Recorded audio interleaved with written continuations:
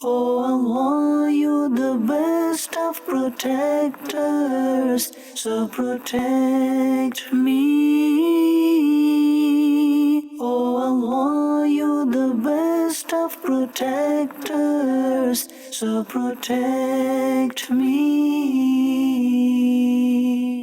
Alhamdulillahi Rabbil Alamin wassalatu wassalamu ala Sayyidil Mursaleen amma ba'd fa'udhu billahi minash shaitanir rajim bismillahir rahmanir rahim as-salatu wassalamu alayka ya Rasulullah wa ala alika wa ashabika ya Habiballah as-salatu wassalamu alayka ya Nabiyallah wa ala alika wa ashabika ya Nurallah. Welcome dear viewers to another episode of our program Al-Asma'ul Husna, and as you know in this episode and as you know in this series we are covering the beautiful names of Allah subhanahu wa ta'ala, the 99 names of Allah to be precise, which have been mentioned in ahadith, and we're mentioning them in sequence.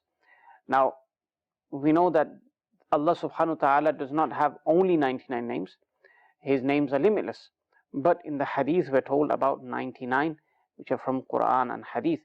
So, inshallah, in this episode too, we're going to mention another beautiful name of Allah subhanahu wa ta'ala and explain it in light of what the ulama have written. That name that we're going to cover today is Al-Lateef.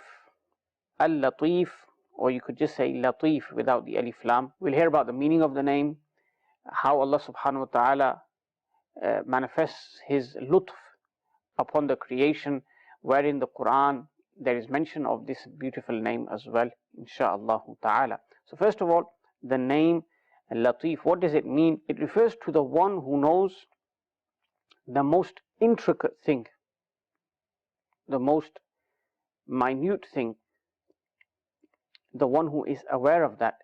He is referred to as Lateef, the one before whom nothing is concealed, nothing is hidden. Everything is manifest and apparent before him. Such a being is called Lateef. And when we refer to Allah subhanahu wa ta'ala as Lateef, it is with these meanings in mind, that Allah subhanahu wa ta'ala knows the most intricate of things. Allah subhanahu wa ta'ala knows things and nothing is concealed upon him. Allah subhanahu wa ta'ala is aware and everything is manifest before him. This is the meaning of Lateef when referring to Allah subhanahu wa ta'ala. Another meaning of Lateef given by the ulama is that whatever creation is in need of, whatever they need, in this case Allah subhanahu wa ta'ala, this is His beautiful name, He makes that thing which the creation is in need of reach them in the most beautiful manner, in the most appropriate way. Subhanallah. Allah subhanahu wa ta'ala, for example, grants sustenance to His creation in the most beautiful way. And secondly, He grants them what they need in an easy way as well, in a beautiful way, in an easy way as well, and we'll discuss this later. Now in the Quran, Allah subhanahu wa ta'ala has mentioned this beautiful name in 7 places, and some of those places inshallah I will mention before you. First of all, Surah Al-An'am verse 103, Allah Jalla wa Ala says, لا تدركه الأبصار وهو يدرك الأبصار وهو اللطيف الخبير. The eyes cannot encompass Allah subhanahu wa ta'ala, but He can encompass the eyes. وهو اللطيف الخبير, and He is Lateef, meaning the one who knows, and He is Lateef, He is Khabir. Lateef, we've explained the meaning, and Khabir, He is aware, He is all-knowing. What does it mean by idrak in this verse? Idrak is when you encompass something from all angles, all directions. Obviously, the creation cannot encompass Allah subhanahu wa ta'ala like that. It's not possible. Allah subhanahu wa ta'ala can encompass the creation. In another verse, Allah subhanahu wa ta'ala stating that nothing is hidden from Him, He says, إِنَّ اللَّهَ لَا يَخْفَى عَلَيْهِ شَيْءٌ فِي الْأَرْضِ وَلَا فِي السَّمَاءِ. Indeed, there is nothing hidden upon Allah subhanahu wa ta'ala in the earth and in the skies. So nothing is hidden from Allah subhanahu wa ta'ala. The creation does not possess the power to encompass Allah. Allah subhanahu wa ta'ala is all powerful. He can encompass the creation. He does encompass the creation. So وَهُوَ اللَّطِيفُ, Allah is Lateef. Everything is apparent before Him. He knows about everything. He's aware about everything. Jibreel alayhi salam came to the court of the Prophet sallallahu alayhi wasallam and asked him 3 questions. What is Iman? What is Islam? And the third question, Mal Ihsan, what is Ihsan? And the Prophet ﷺ replied, An ta'bud Allah ka'annaka tarah. So Ihsan, righteousness, is that you worship Allah subhanahu wa ta'ala as if you see Him. فَإِن لَمْ تَكُنْ تَرَاهُ فَإِنَّهُ يَرَاكَ. If you cannot see him, then indeed he sees you. Now here the ulama say, obviously, insan, humans, they cannot see Allah subhanahu wa ta'ala in this world. Inshallah, the mu'minun will be blessed in the hereafter, in Jannah. But in the world we cannot.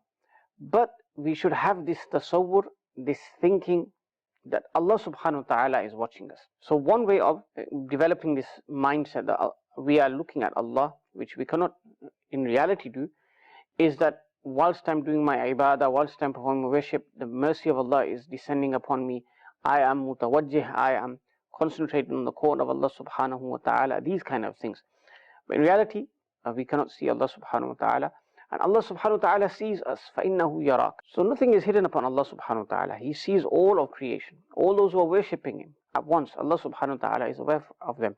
وَهُوَ اللَّطِيفُ الْخَبِيرُ. So He's aware of what's in the heart. He's aware of what a person is looking at. He's aware of the intentions of a person. He's aware of everything regarding a person. The other place where Allah subhanahu wa ta'ala mentions Lateef in the Quran is Surah Yusuf. And we know the account of Sayyidina Yusuf alayhi salam. It's a lengthy account. And when he eventually, his innocence was revealed to all, he became the king of Misr. And we know what his brothers did to him, the conduct they showed towards him initially. They threw him in the well, etc. And then he was purchased, he was taken to Egypt. He stayed in the house of the king. And then the muamala, the issue with Zulaykha, that occurred. Then he was imprisoned wrongly. Then he was freed. He was made the treasurer. There was a famine where his brothers were, so they came to take some provisions. This happened a few times. And then obviously he called his parents, Sayyidina Yaqub alayhi salam and his noble wife. They came, and when they reached Misr, they saw that the brothers, they're all prostrating to Sayyidina Yusuf alayhi salam. It's a lengthy incident. And then Yusuf alayhi salam explained how Shaitan incited his brothers to do what they did. Shaitan tried to create enmity between me and my brothers, and this is why they did what they did. And he said, Inna Rabbi latifun lima yasha, innahu huwal alimul hakim. Indeed, my Lord creates ease for whomsoever He wants. So here Lateef is in that meaning we described earlier, that Allah Ta'ala makes something easy. And this was in reference to what had happened to him, the struggles he went through, and how for an onlooker it seemed like if you put that example before someone, they would probably end up saying or concluding that this person will be left hopeless. But look how Yusuf alayhi salam went through all of those trials, those tribulations, being falsely accused, ending up in prison, initially thrown into the well, then sold, all of that stuff. And then Allah subhanahu wa ta'ala, subhanallah, with His lutf, and Allah is Lateef, so easily granted a maqam and martaba, a high status and rank to Sayyidina Yusuf alayhi salam. He became the treasurer, and there in the end he is assisting his own brothers, and the truth becomes apparent, and he forgives his brothers as well. So this is what he was referring to, that Allah makes a person's circumstance, situation easy, and this is up to him, he can do so. So this was another place. In Surah Al-Hajj, ayat number 63, Allah subhanahu wa ta'ala again mentions this blessed name. Alam tara anna Allah anzala minas samaa'i ma'an fatusbihu al-ardu mukhdarrah inna Allah latifun khabir. That did you not see that Allah subhanahu wa ta'ala descended from the heavens water, and the earth became green, became lush, mukhdarrah. Inna Allah latifun khabir. Indeed Allah is Lateef and Allah is Khabir. So this is in reference to a barren land where Allah subhanahu wa ta'ala sends rain. He knows how much rain to send. He knows exactly the requirement of that land. And then when rain is sent, the land becomes fertile, becomes lush. Then people take benefit from it. Again, He creates ease for them in taking benefit from that land as well. This is all from Allah subhanahu wa ta'ala. That's why He's Lateef. He provides situations for people that is in accordance to their needs. And He is Khabir, He's all aware of their situation. He knows what they need and in how much amount they need that thing. So Allah subhanahu wa ta'ala is Lateef and Allah is Khabir. Another place in Surah Luqman verse 16, Allah subhanahu wa ta'ala references the statement of Sayyidina Luqman radiallahu ta'ala, who said to his son, Ya bunayya innaha in taku mithqala habbatin min khardalin fatakun fi sakhratin aw fi samawati aw fil ardi ya'ti biha Allah. Inna Allah latifun khabir. So Lateef has been mentioned again. Oh my son, if evil or an evil deed was as small as a mustard seed, and it was inside a mountain, فَتَكُنْ فِي صَخْرَةٍ, or a boulder, or it was in the heavens or in the earth, يَأْتِ بِهَا اللَّهُ, Allah would make it manifest. Allah will bring it, meaning Allah will reveal it. إِنَّ اللَّهَ لَطِيفٌ خَبِيرٌ. Indeed, Allah is Latif. He knows every meticulous and every intricate thing, and He is Khabir as well.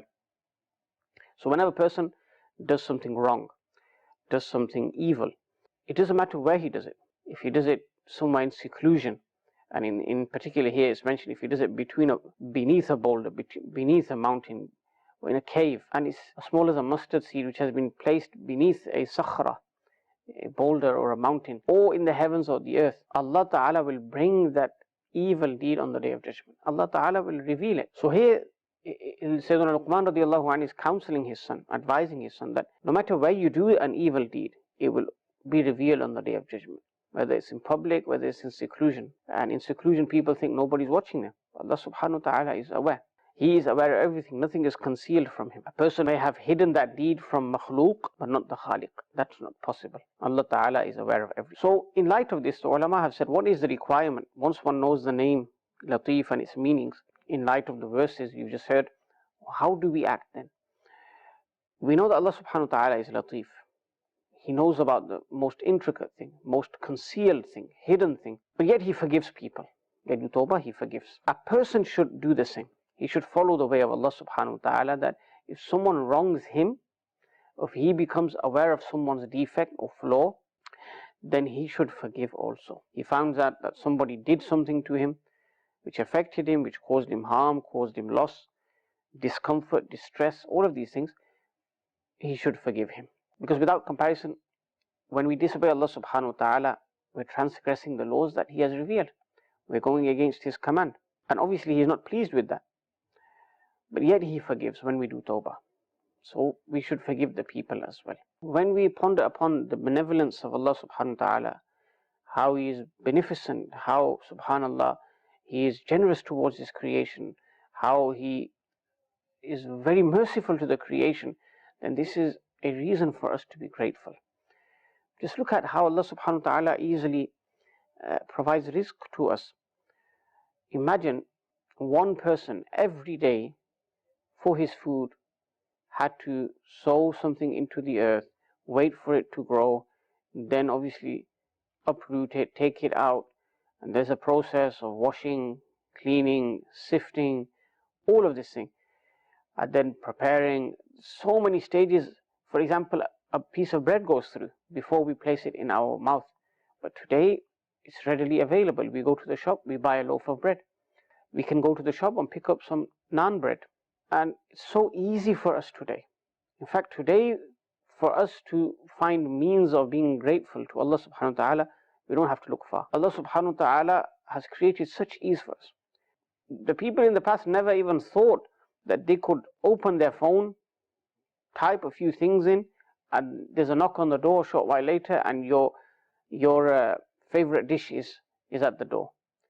You know, we hear about Jannah, and that's going to be completely different, and nothing in this world can compare to Jannah. And obviously the benefits and blessings of Jannah are free. You don't pay for them. You pay for them with your a'mal in this world.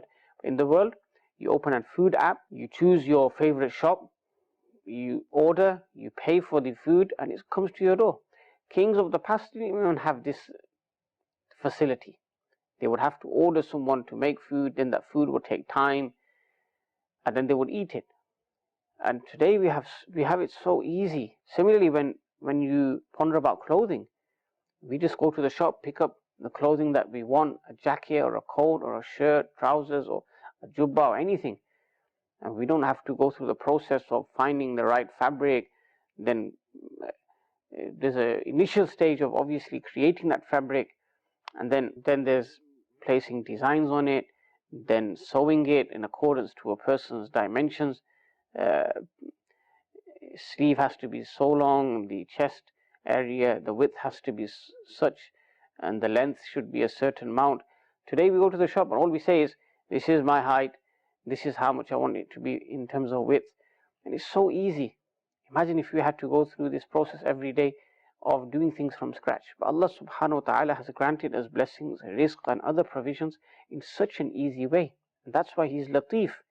That's His beautiful name, Lateef. The meaning of Lateef is the one who makes things easy for us or provides things to others in a very beautiful and easy way. And subhanAllah, in Surah Najm verse 32, Allah Jalla wa Ala says, هُوَ أَعْلَمُ بِكُمْ إِذْ أَنْشَأَكُمْ مِنَ الْأَرْضِ وَإِذْ أَنْتُمْ أَجِنَّةٌ فِي بُطُونِ أُمَّهَاتِكُمْ.